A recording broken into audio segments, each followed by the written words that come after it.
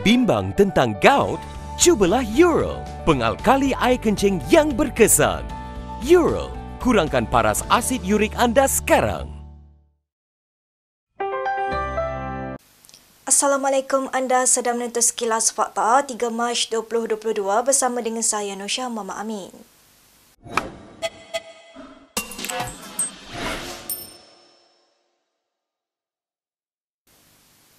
Malaysia masih belum membayar hutang pokok 1MDB namun telah mula membayar faedah hutang berjumlah 6.5 bilion ringgit, kata Menteri Kewangan Tengku Zafrul Abdul Aziz. Tengku Zafrul berkata demikian bagi menyangkal dakwaan bekas Perdana Menteri Najib Razak bahawa tiada dana awam digunakan untuk membayar hutang 1MDB.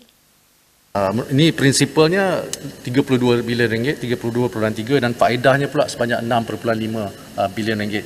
Jadi dakwaan bahawa belum lagi kita bayar prinsipal hutang 1MDB ini adalah tidak berasas, ya. Memandangkan prinsipal hutang-hutang tersebut hanya akan matang lambat lagi.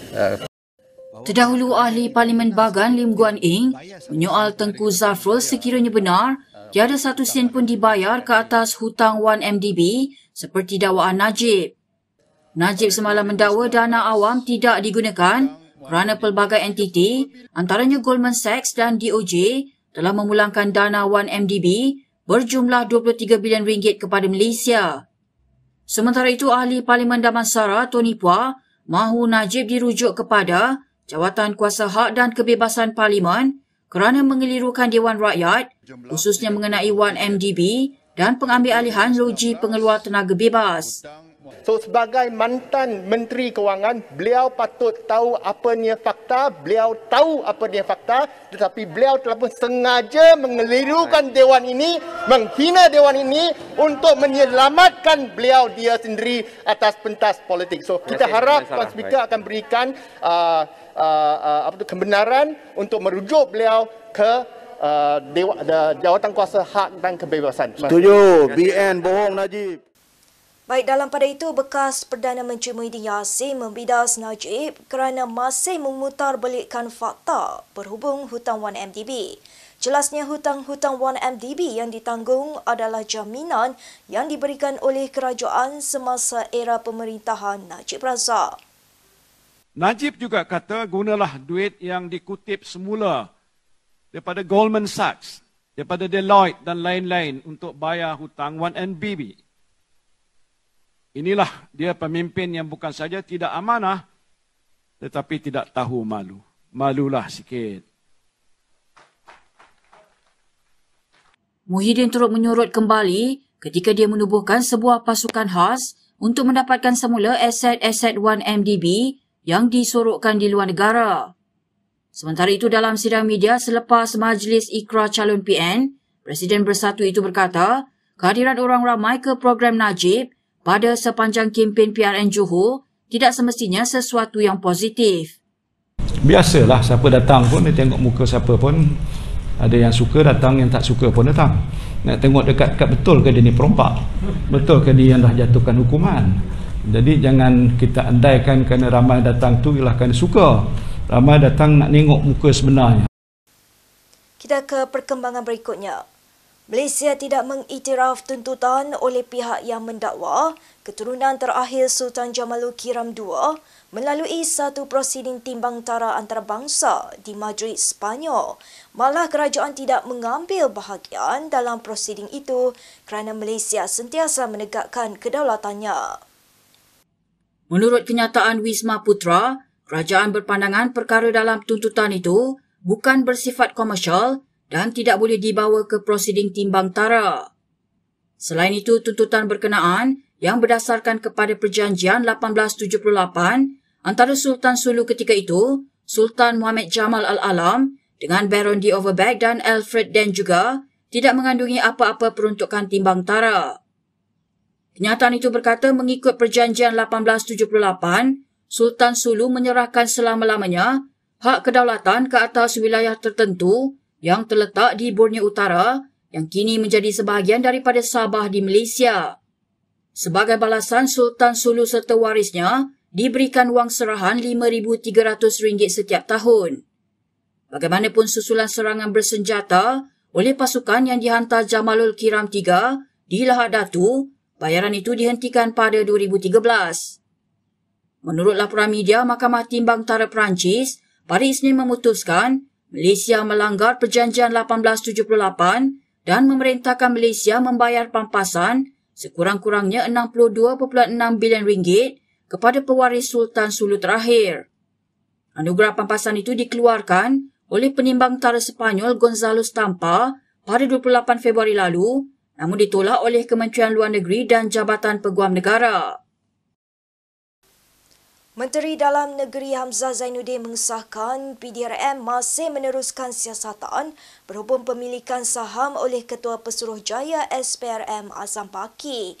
Ini katanya meskipun siasatan Suruhanjaya Security ke atas Azam sudah ditutup. Dalam jawapan bertulisnya di Dewan Rakyat, Hamzah berkata kementerian tidak berhasrat untuk mengulas lebih lanjut berhubung kes itu supaya tidak mengganggu siasatan yang masih berlangsung. Hamzah menjawab soalan Ahli Parlimen Bukit Gelugur, Ram Kapal Singh, yang mahu tahu jika siasatan terhadap Azam masih berjalan biarpun SC sudah memuktamadkan siasatan. Menurut Hamzah, siasatan yang masih diteruskan itu adalah berkaitan laporan di IPD Dangwangi bertarikh 6 Januari lalu. Azam mencuri tumpuan susulan pendedahan pemilikan sejumlah sahamnya dalam 2 syarikat tersenarai di bursa. Bagaimanapun Azam menafikan mempunyai kawalan terhadap akaun dagangan sahamnya, sebaliknya berkata akaun saham itu digunakan oleh adiknya Nasir Baki. SC bagaimanapun mengumumkan Azam mempunyai kawalan ke atas akaun dagangannya sendiri dan telah menggunakannya untuk berdagang saham. Pemilikan saham berkenaan pada 2015 dan 2016 telah menimbulkan persoalan sama ada ia sepadan dengan pendapatannya sebagai penjawat awam dan kebimbangan berlaku konflik kepentingan. Berita seterusnya. Menteri Kesihatan Khairi Jamaluddin menggesa orang ramai agar segera mendapatkan rawatan untuk warga emas jika mereka menunjukkan sebarang gejala COVID-19. Ia selepas KKM mendapati majoriti kes kematian tanpa rawatan hospital melibatkan mereka yang tidak tahu telah dijangkiti virus itu. Sebab didapati bahawa melalui survey yang kita telah buat, lebih daripada 50% ahli keluarga ataupun waris daripada mereka yang meninggal anggap bahawa sakit yang dialami oleh ahli keluarga mereka yang meninggal akibat COVID itu adalah sakit yang ringan dan mereka tidak rujuk kepada fasiliti kesihatan dengan cepat dan apabila dah dikesan terlalu lambat ataupun mereka dah meninggal dunia di rumah dan di luar fasiliti kesihatan. Menurut Khairi, Sabah melaporkan kes BID tertinggi dari tempoh 5 hingga 21 Februari dan kesemua 36 kes BID di negeri itu tidak dikesan positif. Khairi dalam sidang medianya turut memaklumkan kira-kira 350,000 warga emas yang menerima vaksin Sinovac masih belum mengambil dos penggalak. Gelombang Omicron dan varian Omicron dilihat adalah tidak seganas Delta. Tetapi bagi warga emas, terutamanya mereka yang ada comorbidity, ini bukanlah penyakit yang mild ataupun penyakit yang ringan.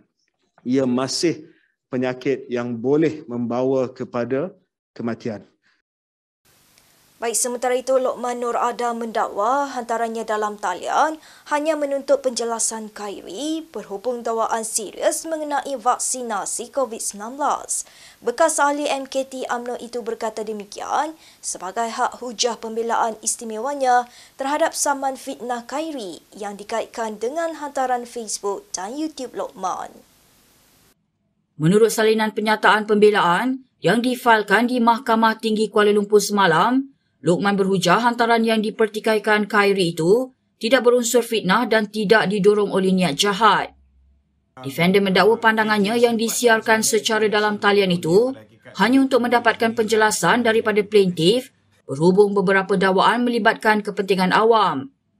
Antaranya sebelum ini dia turut membangkitkan dakwaan mengenai vaksin COVID-19 yang tamat tempoh susulan tularnya satu klip video.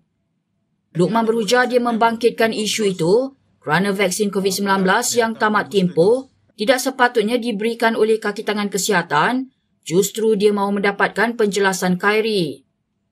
Defendant juga mendakwa hantarannya itu semata-mata meminta penjelasan plaintiff berhubung dakwaan yang tular sama ada Khairi sudah melengkapkan vaksinasinya atau tidak. Malaysia kini sebelum ini melaporkan bahawa ahli Parlimen Rembau itu bukan sahaja menyaman Lokman tetapi juga pendakwa bebas dikenali sebagai Ustaz Abu Syafiq berhubung hantaran dalam talian yang mengandungi dakwaan yang dikaitkan dengan usaha vaksinasi COVID-19 kerajaan. Baik, berikut beberapa lagi ringkasan berita untuk hari ini.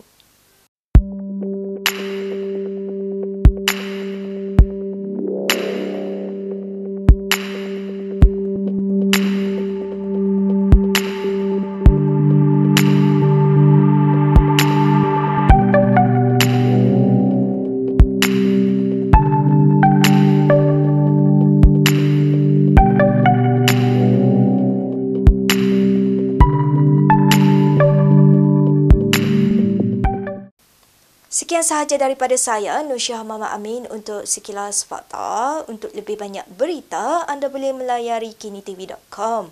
Anda juga boleh mengikuti kami di Instagram, Twitter, YouTube dan Facebook. Salam hormat dan jumpa lagi.